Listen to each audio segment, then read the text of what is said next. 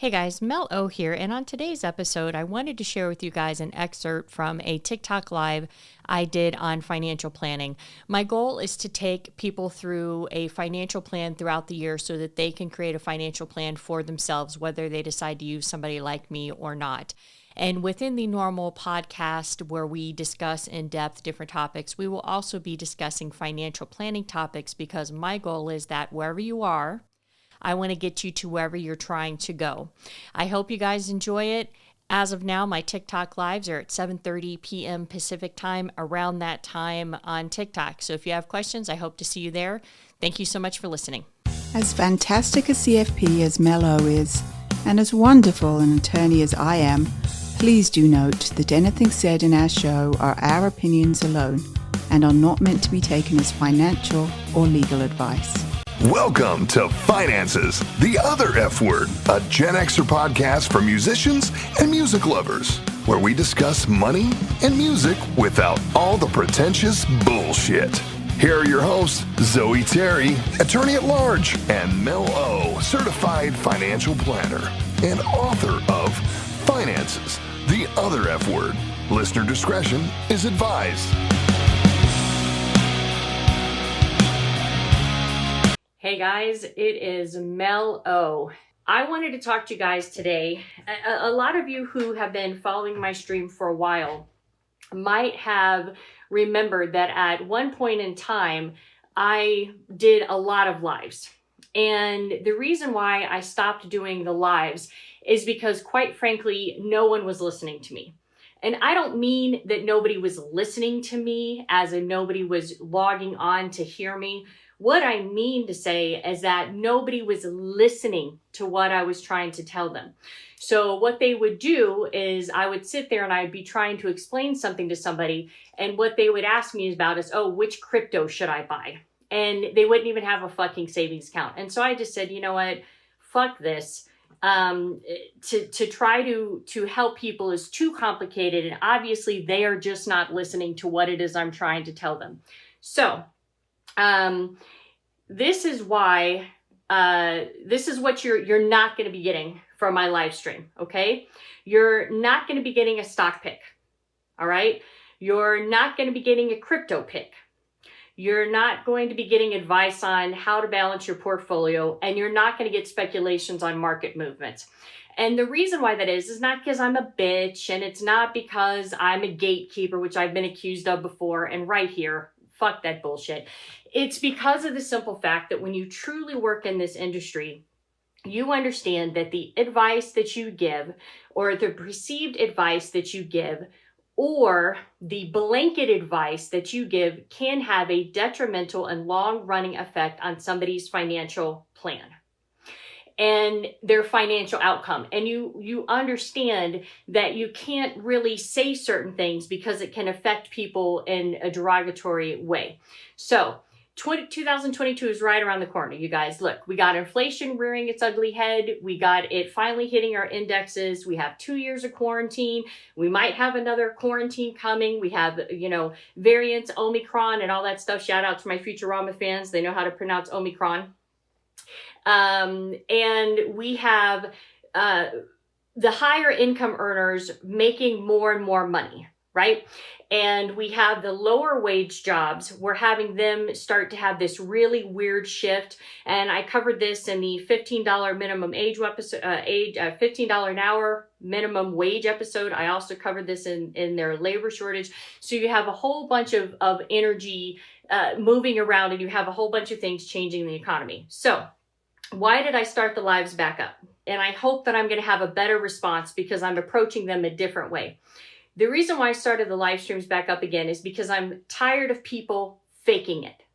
I'm tired of people making up shit. I'm tired of people who are clearly not financial professionals in the field trying to perpetrate that they are professionals in the financial field and using the backs of other people to make their monetary gain move forward. Okay? I'm tired of it. I'm tired of that. I'm tired of the 99% preying on the 99%. I am tired of people appealing to people's FOMO. I'm tired of get rich quick schemes, or you need to buy this, or you need to buy that. I'm tired of all that. I'm tired of the 1% getting all of the information and the 99% continuing to struggle at the bottom. All right. I'm tired, so tired of people on social media giving throwaway bullshit advice. So, hey, here's my video of me vacationing here, and look at me and my family. I'm skiing, and I saved 15 cents on every dollar. And if you save 15 cents on every dollar, then you can start vacationing like me, or you can drive this car that I drive, which, by the way, you don't even know if it's their fucking car. But the point is that they tell you that, and you're like, oh my God, that sounds good. I want to live like that. And you end up following them, but they've given you no real advice. They've given you no actual content. They've just shown you how successful they are to allow you to believe the hype so that they might get a follow from you, but they've done nothing to actually help you. And they have a bazillion followers and no true content. In short, I want to help you. And you can believe me or not. And you know what? It is what it is. You can believe it or not. But this is the deal. I want you to understand your personal goals. I want you to understand basic financial strategy. I want to give you a basic understanding of knowledge, of money management, so that you can see through the bullshit of people, whether it's somebody sitting in my seat giving you financial advice, or whether it's somebody that's, sitting in here on social media that's trying to tell you, I bought this crypto and I'm a fucking millionaire, right? And so the thing is that I want you guys to have enough understanding that you know why you're doing what you're doing with your money. And if you're not doing the right stuff with your money, how do you fix it? How do you start from where you are? How do you make it go from there? So I want to take you through this series that I'm going to be doing predominantly on Tuesday nights. This is the deal. It's going to be anywhere between 7:30 and 8 for those of you who might remember before. My dog has diabetes. And so depending on when he gets his shot is going to depend on everything. Now, I want you guys to be able to understand things, and I want you to be able to design a financial plan for yourself so that you can help yourself get to a better position. Whether you use somebody like me or whether you don't use somebody like me, I want to give you the information and the knowledge that people are using to move themselves forward. Let's talk about why I'm qualified, okay? Google my name, right? And I'm not trying to be a condescending bitch, and I'm not trying to be stuck up. I'm being real. Google Mel O, CFP, and all my shit's gonna come up. My book will come up, Finance is the Other F Word. My podcast will come up, Finance is the Other F Word. We have 370 episodes, I think it is, out now. My YouTube channel comes up. All of my stuff comes up. But let's talk about why I'm really qualified. Because in 2008, I lost everything. And I talked about this on Finance is the Other F Word, episode number 3, titled in 2008. And I talked about what all happened to me as a person, as an advisor, as a property owner, as an investor in 2008. And I lost it all. And I talk very frankly about it. And so I know where some of you might be. I know when you're right here and you're trying to get right there and all the things that come with that. You see what I'm saying? I understand that. Number 2, I'm qualified because I started as a full-time commission advisor in 2008 and I'm still fucking here. All right? I'm qualified because most of the people on these social media platforms have no idea what it is like to be in a 2008. They have no idea what it is to manage in a down market. They have no idea how to keep your emotions in check when everything is blowing up spontaneously in your fucking face. All right? And anybody can be a hero in an up market. I am qualified because I watched colleagues do things in their best interest that weren't in the best interest of the clients. Okay? I am qualified because I'm not going to fucking lie to you. Okay? If I can't answer a question, I'm going to tell you I can't answer a question. For those of you who might be just jumping on, I said at the very beginning of this that I'm not giving you stock advice. I'm not giving you crypto advice. I'm not giving you how to rebalance advice, and I'm not telling you what the market's going to do. That's not what I'm here for, all right? There's a bazillion people out there who can give you whatever information you might need. Some of it might be qualified. Most of it's probably not, all right? And I'm qualified because I love what I do. And because it's fucking almost 8 o'clock on a Tuesday night, and I could be in the bath right now, and instead I'm here with you guys. So anyway, let's talk about today's topic. And we're going to talk about objectives. Now, I'm not talking about stock picking. I'm talking about objectives, all right? Now, this is the thing, and I've said this 100 times in videos. I've said this 100 times on the podcast. I said it in my book, and I'm going to say it to you right now. We are all buying the same shit. Feel me. Hear what the fuck I am saying to you. We are all buying the same shit. There's not people out there that have some super secret, unless it's insider trading. You know, there's different ways where you can maybe pick out trends, or you can see maybe, you know, depending on how you look at it, up and down or down to up or whatever, the way that you're looking at your stocks, there's different vantage points of looking at it, but we are all buying the same shit. All right. Now, let me give you an example to lead into what I mean when I'm talking about objectives. Let's say that you need a car. Let's say you have a fuck ton of kids. All right. Let's say you got 4 kids. All right. And you need a minivan because you got to haul all these bastards to soccer practice and judo and whatever it is that kids do. You go to a car lot and you go and you look at a minivan. You're like, okay, we really need a minivan because we really got to get these kids back and forth, et cetera, right? And here comes up a sales guy and you're like, hey, blah, blah, blah, look at us mini. He's like, nope, no. You don't need a minivan. You know what you need? You need a 2-seater convertible. And you're like, yeah, but I really need a minivan because I got a fuck ton of kids. No. You need this 2-seater convertible over here. It's going to make you feel sexy. It's going to make you feel smart. It's going to make you feel young. It's going to be fast driving. It's going to be is super sexy. It's going to make your life so much better because of the way you feel. Now, are you going to go, yeah, you're right, I am going to get that 2-seater convertible when you have a fuck ton of kids? Or are you going to think that the salesperson is full of total shit and say, fuck him, and you're going to go to a different dealership that's going to get what's appropriate for you? Now, not to mention that a lot of times a car salesman in this example is getting paid a higher commission on selling you that 2-seater convertible. And such is the way financial advice goes. Because when you watch these people on social media, understand that when they're telling everyone to buy something, and I don't care if that's a product, okay? One of the things that we're seeing that's happening a lot in the industry right now is because FOMO is running so high, we are starting to see people that are coming out as vultures in my industry for real, and outside wannabes in my industry that are pushing products on people that consumers don't understand, that are very complex, that have holding periods, that have penalties, that have tax implications, that have all these other catchfalls that they don't bother to disclose, which they should.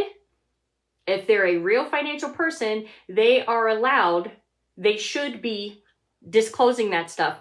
And you guys need to be on your game for 2022, because please believe that with the market running as hot as it has been, that this is when these people come out, because FOMO is at a height, because you see your neighbor started making a fuck ton of money, or somebody says, oh, my 401k is up to blah, blah, blah. And then you start going, fuck, what am I doing wrong? What am I doing wrong? And what I want to do through this series is I want to help you guys identify those types of things and help you put a structure around it so that stuff stops putting you in a tailspin. And this is a deal. If you guys feel that I'm not giving you good information, or you feel like, what I'm saying is not resonating with you, dude, it's totally fucking cool.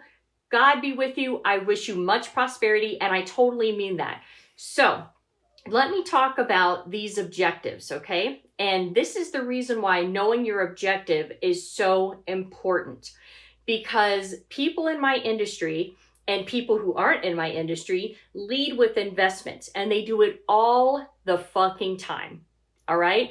Because that's the sexy part. And the thing is that it seems a lot sexier when you see some asshole in a suit getting in a Lexus, doing this suave, bullshit because I invested here and I made so much money because I'm so fucking smart. Okay. And really, if you look at those videos for that, that's what you're getting. They're not giving you any real good advice. And the reason why your objectives are so important is because that is going to dictate your spending habits. It's going to dictate how your investments go. It is going to dictate how you react to market changes, whether they are up or down, and it is going to help you focus on a goal, and it is going to start building the base knowledge that you need. So check it. I've used this example before, and I'm going to use it again so you guys can follow me. I had a client who, older gentleman, and he had XYZ money, okay? And what happened is that he said, I sat down and I'm like, okay, what's your objective? And what's the most important thing to you? And he's like, my most important thing is that I want to make sure that each of my kids have $100,000 when I die. Okay? That's the most important thing. Yes, that's the absolute most important thing to me. I don't care about anything else. I just want to make sure that when I die, each of my kids have $100,000. That seems noble, right? That seems like, wow, what a good fucking dad looking out for his kids. So when I sat down and I crunched the numbers for him, I sat there and I said, all right. I said, in order to be able to do that, this is how you have to live. These are the numbers. This is based on inflation. This is based on market returns. This is based on all of this other type of stuff. And this is how much money you're going to be able to live off of in retirement. And he said, well, I don't want to fucking do that. And what he then told me, and I told this story and it's hilarious, but it's 100% truthful. He told me that he wanted to get drunk and get laid. This is a man in retirement age. So first of all, still having your libido, right on, but that's what he wanted to do. And so the thing is, I said, okay, well then that's not your objective. And so what we find ourselves because money is very emotional. And one of the things that I did on my live earlier today is that I talked to Ania Prima Martin, who is on TikTok, and she is a doctor in metaphysics. And we talked a lot about the emotions of money. So if you're sitting in front of somebody like me, and they say, what is it you're trying to do with your money? Of course, you're going to say, I want to leave money for my kids because that's the noble pursuit. But in reality, when you see what has to be done in order to hit that objective, all of a sudden that shit ain't as important as it used to be. And so this is why you need to be very, very clear about your objectives. And what you're going to find is if you watch this series and if you start understanding how to build a financial plan and build a financial strategy that is designed for you and for your needs, and stop ignoring all of this bullshit blanket advice that's out there, what you're going to find is that your objective is going to continue to change over and over and over again until just a couple things stick out to you that you're really like, yeah, I really fucking want to do this, right? Like this is the objective that's most important. So let's talk a little bit about some objectives, and then let me give you a couple of examples of what I mean when you wrap around your financial strategy around your objectives, okay? So let's say that your objective is that you want to buy a house. Okay, if you were sitting in front of me and I said, what do you want to do? You said, Mel, I want to buy a house. I want to buy a house. My next question to you would be, why? Which seems like an odd question, but why? And that answer changes depending on the income of the person. And it also changes depending on how long, how old the person is. So if I sit there to you and I say, you tell me I want to buy a house, and I go, great, why? And your answer is because it's a good investment. Okay? Well, there's a ton of good investments. Is it the most tax efficient way? Could be, depending on your situation. Is it the best way to invest money? Maybe not, depending on your situation. Is it that somebody in your family has put in your head that you need to buy a home because that's what responsible people do, is they buy homes? Or is it because you want to have a piece of land where you can stand and go, this is my shit. Nobody can tell me what to do. This is my shit. Okay? So is that why you want to own a home? Or is it that you want to have a dream home? Because then we're talking about something completely different, and we're talking about two different time horizons. So let's say if somebody sits in front of me and they say, hey, Mel, I want to travel. Great. Why? Why do you want to travel? Because you want to see the world?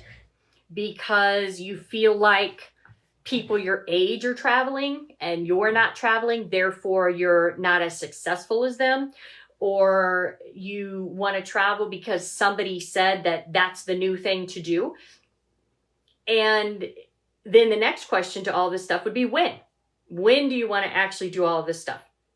Now, if somebody tells me they want to go into early retirement, well, that seems like a good objective. Like, who the fuck doesn't want to retire early, right? Who doesn't want to not have to go into work? But is it that you want to retire early because you hate your job?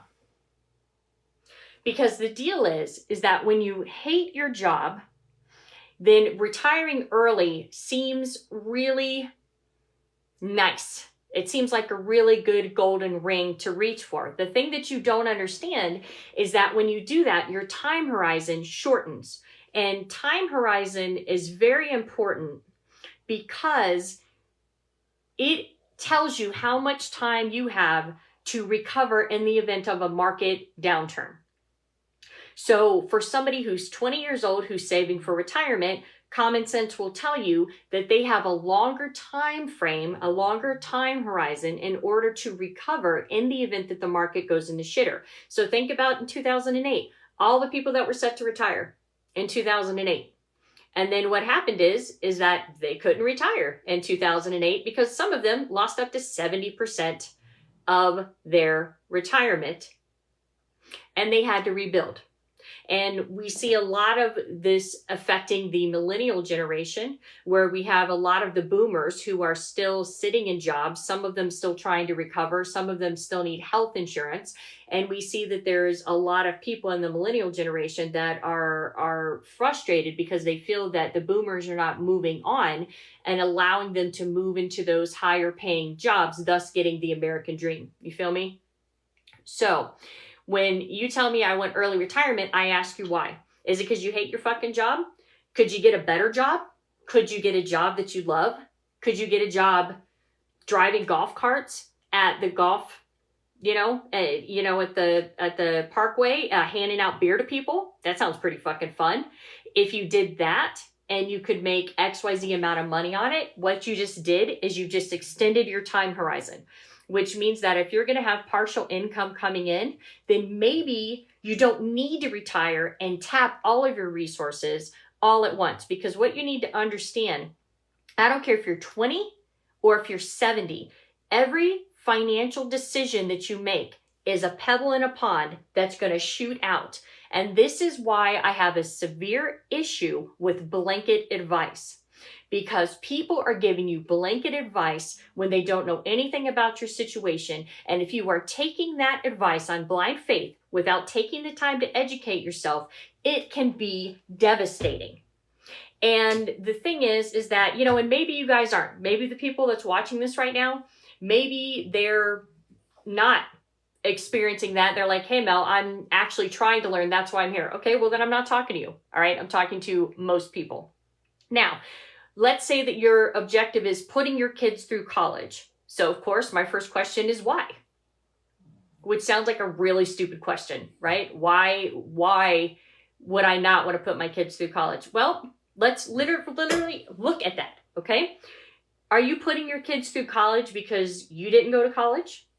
Are you putting them through college because you want them to have a better chance at the future?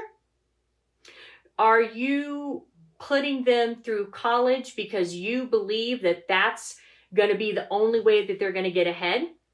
Well, maybe your kid isn't college material. And I don't mean to be rude with that. I'm not saying that rude derogatory. What I'm saying is that there are some people that college is not for them.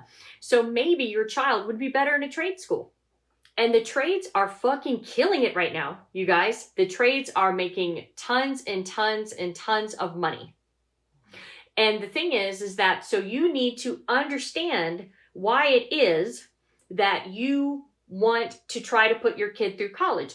Is it necessary for them to be saddled with all that debt?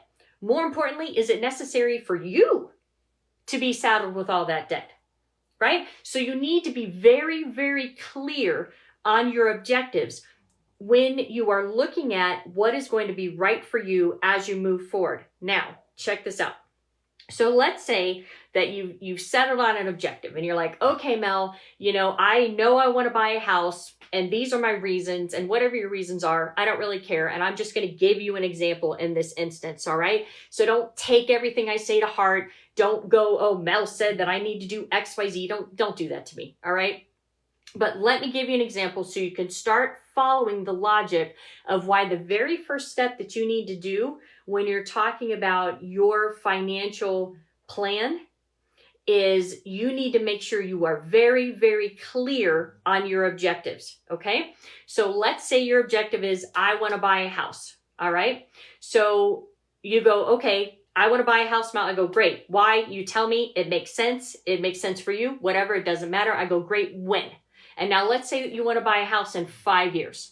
Okay. Now there's a whole bunch of things that you can't control. You can't control what the market's going to be in 5 years. You can't control what interest rates are going to be in 5 years. So you have to start where you are. If I want to do a traditional loan, I'm going to need to put down 20%. Now you got a number associated with that 20%. Okay. And then what you do is you take that information and you go, great. Now I'm starting from right here. And I need to get to this house. And you know that by that launch date, you're going to need 50 grand in cash in a savings account so that when you find the house that you want, you can buy that shit. You have a goal now. You've put your GPS location in and now it's fucking telling you where you go.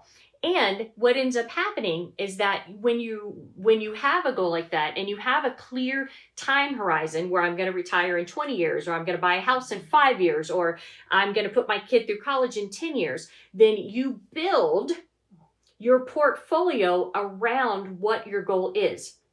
And the closer you get to your goal or the closer you get to the end of your time horizon, that is when you start to become more conservative with your investments, because you need to start locking in any potential gains, right? Because that's the hope that we got gains at that point, so that in the event that the market goes in the shitter, it doesn't go in the shitter and affect you, fucking a year before you're trying to buy your house. And so this is why I'm telling you that your objective is always the most important thing, because every single time if I'm working with a client, the first thing I do is I go back to what the objective is. But that's not what you said.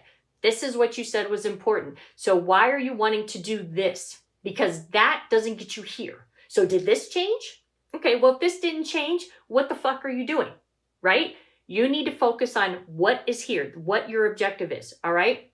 And so when you get a time horizon and you know what your objective is and you know how much cash you're going to mean, you might find that being in the market in general is not even the place you should be.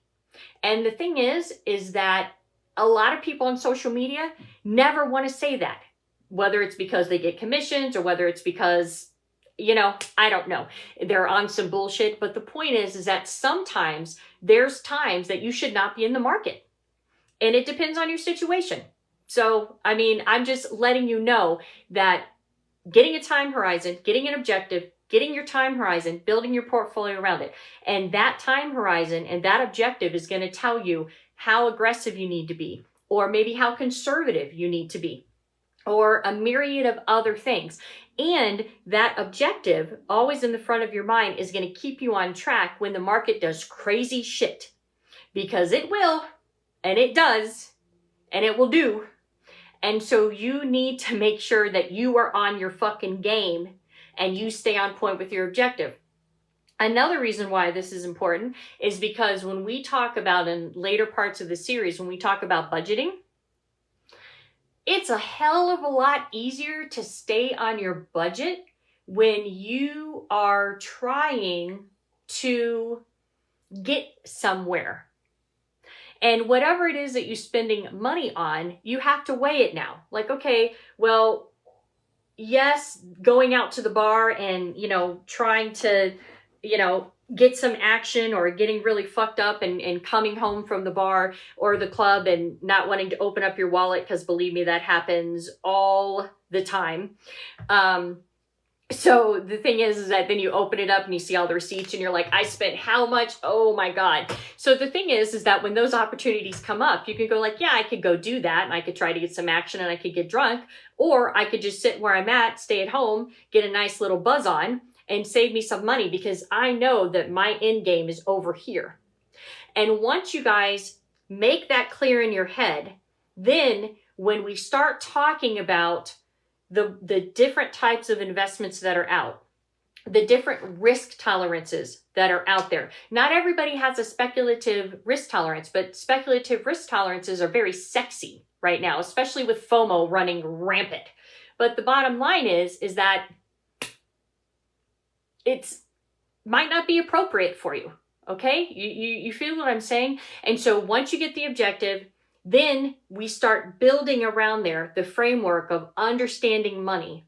And when we start putting the context of the building blocks of, okay, now that you've done this, now let's look at all of your options. Let's look at how you get there from where you start from where you are, whether it could be at a negative cash flow, whether it could be at making, for the first time in your life, making baller money and you don't know what to do with it. Then we can build on that first. And then what will happen is as I start talking to you about different options and generically talking to you about different options, because as I said at the beginning of this and I said at the middle of this, I'm not going to give you stock picks. I'm not going to rebalance your portfolio. But what I will do is teach you how to fish. And so the thing is that you take that information, then now you have a lens to look at what I'm teaching you and all the different investments that are out there that may or may not be suitable for you. And then in your brain and through your financial plan, you start building that and you start laying the groundwork for getting yourself in a better position. And you can stop watching all of these assholes on social media who... quite frankly, don't give a fuck about you. And I know that sounds harsh and whatever. I'm telling you real, okay? I'm telling you real. So find out what your objective are. Really talk about it. Talk about it to your spouse. Make sure that you have a good understanding of what it is. And a lot of times when you talk to your spouse or your significant other, you're going to find that what they want to do is not anything what you want to do. And you need to figure this shit out early, y'all. You need to figure it out before you hit retirement or before you buy a house in a state that maybe your significant other doesn't want to live in. And then you make very clear on how that is. And then you move on from there. As we move through here, just so you guys know what's going on, as we're going to be moving through this series, we identify the objective, okay?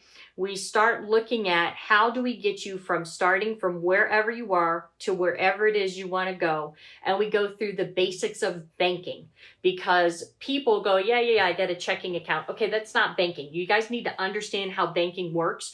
You need to understand how it can benefit you and how it can harm you.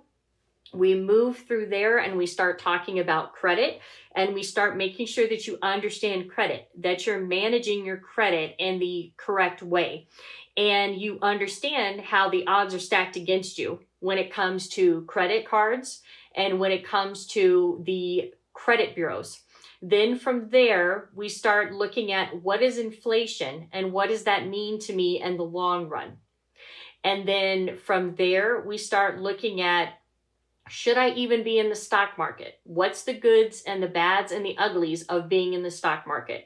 Is that appropriate for what I'm trying to do? Maybe it's not appropriate for a 1-year goal, but maybe it's very appropriate for a 10-year goal. Remember I talked about time horizons? So those change, and it depends on what it is you're trying to do. But at the very least, out of all of this, what I want you to get is I want you to get an understanding of what the fuck you need. Not what these people are telling you, but what the fuck you need. Because there's always a trade-off. If you tell me, if you're sitting in front of me as a client and you tell me I want to retire early, you need to understand that there is always going to be a trade-off that is going to come with that objective. And what it might mean is that you can't take as much risk in the market, okay? It might mean that you have to revamp what retirement is to you. Is retirement you sitting on a beach in a house, or is your retirement watching The Price is Right?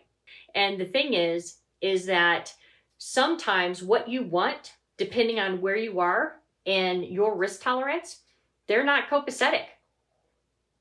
And I know that that sounds rude, and I don't mean it to sound rude. I'm just being real with you. So this is where, once you get your objective, then you start building the blocks of your financial plan and your financial strategy, and then you start really starting to get it.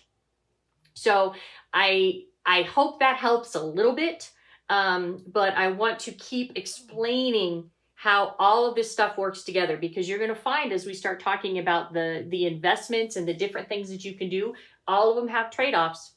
And in any portfolio you build, you have the standard deviation of the portfolio, and 68.8% of the time, or one standard deviation, you can look at the portfolio and tell it's going to go between here and here. And the more risk you take, what happens is that standard deviation gets broader and broader. And so you might have a kick-ass year where you top out and you're fucking killing it. And then the next year you eat shit.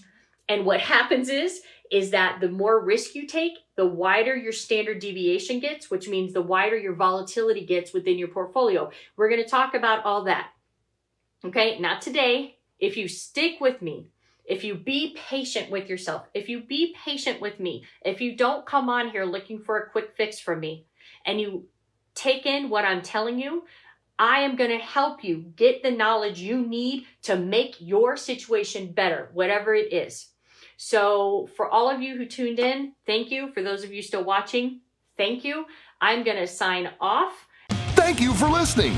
Please check back for upcoming episodes and follow us on Twitter, Instagram, and Facebook at Finances, the Other F Word.